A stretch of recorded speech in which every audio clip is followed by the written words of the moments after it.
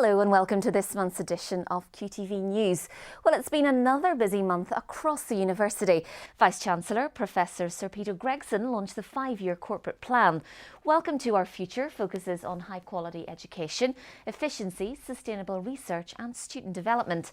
And delivering the plan will involve all members of staff. Our university is on a tremendous journey. The corporate plan sets out the top-level priorities for the next 5 years. All staff and students can contribute to the next stage of the development of our university. That's the point of today, and that's the dialogue that will be ongoing when I meet student groups, staff groups around the university in the months ahead. And Queen's continues its work as a global centre of excellence for cancer care. A Diamond Jubilee Queen's Anniversary Prize has been awarded to the university at Buckingham Palace for its leadership of the Northern Ireland Comprehensive Cancer Services Programme. As a result of the programme, more people in Northern Ireland are surviving cancer, with breast and colorectal cancer survival rates here among the best in the UK.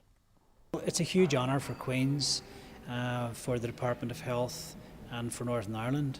It's a huge accolade for the cancer service in Northern Ireland, and it's also a great boon for cancer patients, so that they recognise that the programmes, clinical programmes as well as the research programmes underpinning some of those are of the very best. And a study by the Northern Ireland Cancer Registry at Queen's has shown that survival rates for leukaemia and pancreatic cancer are at an all-time high. In the 1970s, only 10% of children with leukaemia survived. Now it's 80%. And survival rates for pancreatic cancer, while still low, have doubled in the last 2 years. The Northern Ireland Advanced Composites and Engineering Centre has opened on Airport Road in Belfast. The £6 million centre is co-owned by Queen's and the University of Ulster and will support pioneering collaborative research and projects between academics and industry. UK Business Secretary Vince Cable officially opened the facility along with Enterprise Minister Arlene Foster. It's vital that Britain has the research base to support production. I mean, Northern Ireland does very well in key areas like aerospace.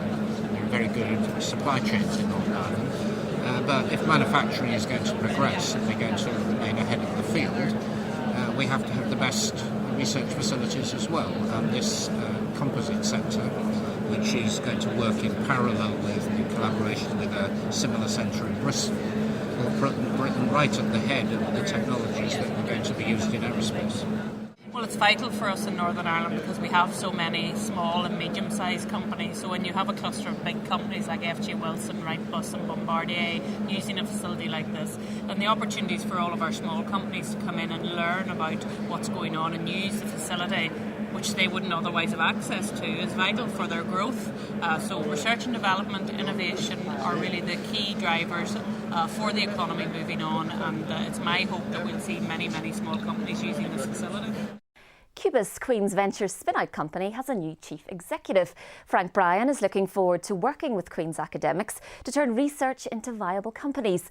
Last year, QUBIS spin-outs generated £120 million, with 95% of sales overseas. QUBIS has a fantastic track record. In the last year alone, we have generated over £130 million of revenue, 95% of which is from export, and we're supporting over 1,100 higher value jobs. So my call today is very much to the academics. If you think you have got the vision to actually translate your research, your innovation and know-how into the marketplace, QUBIS is here to help, and give us a call. And there's been another new appointment at Into to support Queen's international recruitment efforts. Jalal El-Naser from Jordan will take responsibility for attracting students from the Middle East and Africa. I think students will be interested in Queen's because it's really like a nice place and a perfect location and the perfect environment for students to come and study. And I will be promoting the university by attending exhibitions and events and contacting and doing partnerships with the sponsor bodies and institutions and governmental institutions. And finally, Queen's medical students strutted their stuff at a charity fashion show in the Whitla Hall. The annual event raises vital funds for hospitals and clinics in the developing world. Well, that's just about it for this month, but next time we've got the official opening of Queen's £13 million redevelopment of its Upper Malone playing fields and news on how students are putting staff under the green spotlight as they audit their environmental performance. But for the moment, from me, Jane Veach, goodbye.